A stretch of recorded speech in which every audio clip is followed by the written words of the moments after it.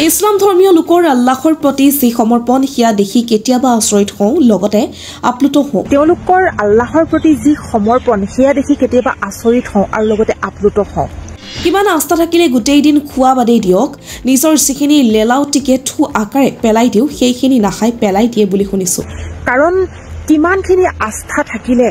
কোনোবাই গোটেই দিনটো একো নোখোৱাটো বাদেই দিয়ক নিজৰ যিখিনি লেলাউটি থাকে আমাৰ যিখিনি আমি থু আকাৰে পেলাই দিও সেইখিনিও গিলিব নোৱাৰে পেলাই দিয়ে বুলি শুনিছো জন্মৰ পৰা মৃত্যুলৈকে আমি গোটেই জীৱনটো খাই খাই পাৰ কৰো কিন্তু তাৰ মাজতে এটা মাহ যদি ভগৱানৰ নামত নোখোৱাকৈ উৎসৰ্গা কৰিব পাৰো কিমান ডাঙৰ কথা ভাবকচোন জন্মৰ পৰা মৃত্যুলৈকে আমি গোটেই জীৱনটো খাই খাই পাৰ কৰো কিন্তু তাৰ মাজতে এটা মাহ যদি ভগৱানৰ নামত নোখোৱাকৈ উৎসৰ্গা কৰিব পাৰো কিমান ডাঙৰ কথা ভাবকচোন আমিতো খাবলৈ পাও কিন্তু এনেকুৱা ভুকাতৰ মানুহ আছে যিয়ে এসাজ ভাতৰ বাবে হাহাকাৰ কৰিবলগীয়া হয়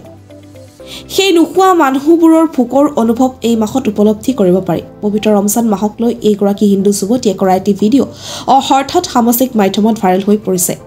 ইছলাম ধৰ্মাৱলম্বী লোকসকলৰ এই পবিত্ৰ ৰমজান মাহক লৈ কৰা এই মন্তব্যই আপোনাৰ অন্তৰ চুই যাব কোনক পাহি গুগুৰ এই বিশেষ মন্তব্য ইছলাম ধৰ্মীয় লোকসকলে বৰ্তমান ৰোজা ৰাখি আছে যেহেতু ঈদ সমাগত তেওঁলোকৰ আল্লাহৰ প্ৰতি যি সমৰ্পণ হিয়া দেখি কেতিয়াবা আচৰিত হওঁ আৰু লগতে আপ্লুত হওঁ কাৰণ কিমানখিনি আস্থা থাকিলে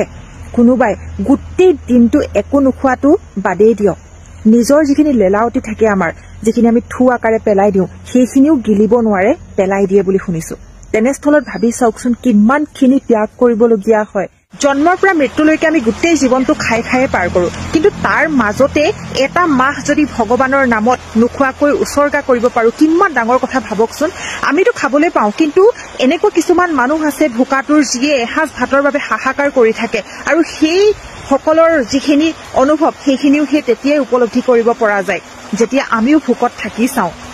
আৰু তেওঁলোকৰ যি একতা যি আস্থা সেয়া দেখি আচলতে সঁচাকৈ বহুত বেছি আচৰিত হওঁ লগতে প্ৰেৰণা পাওঁ গতিকে মোৰ ফালৰ পৰা দেৰিকৈ হলেও প্ৰত্যেকজন ৰোজা ৰাখি থকা ইছলাম ধৰ্মৰ ব্যক্তিলৈ ধন্যবাদ কৃতজ্ঞতা তথা তেওঁলোকৰ প্ৰতি ওপৰত থকাজনে কৃপা দৃষ্টি ৰাখে তাৰে কামনা কৰিছো ধন্যবাদ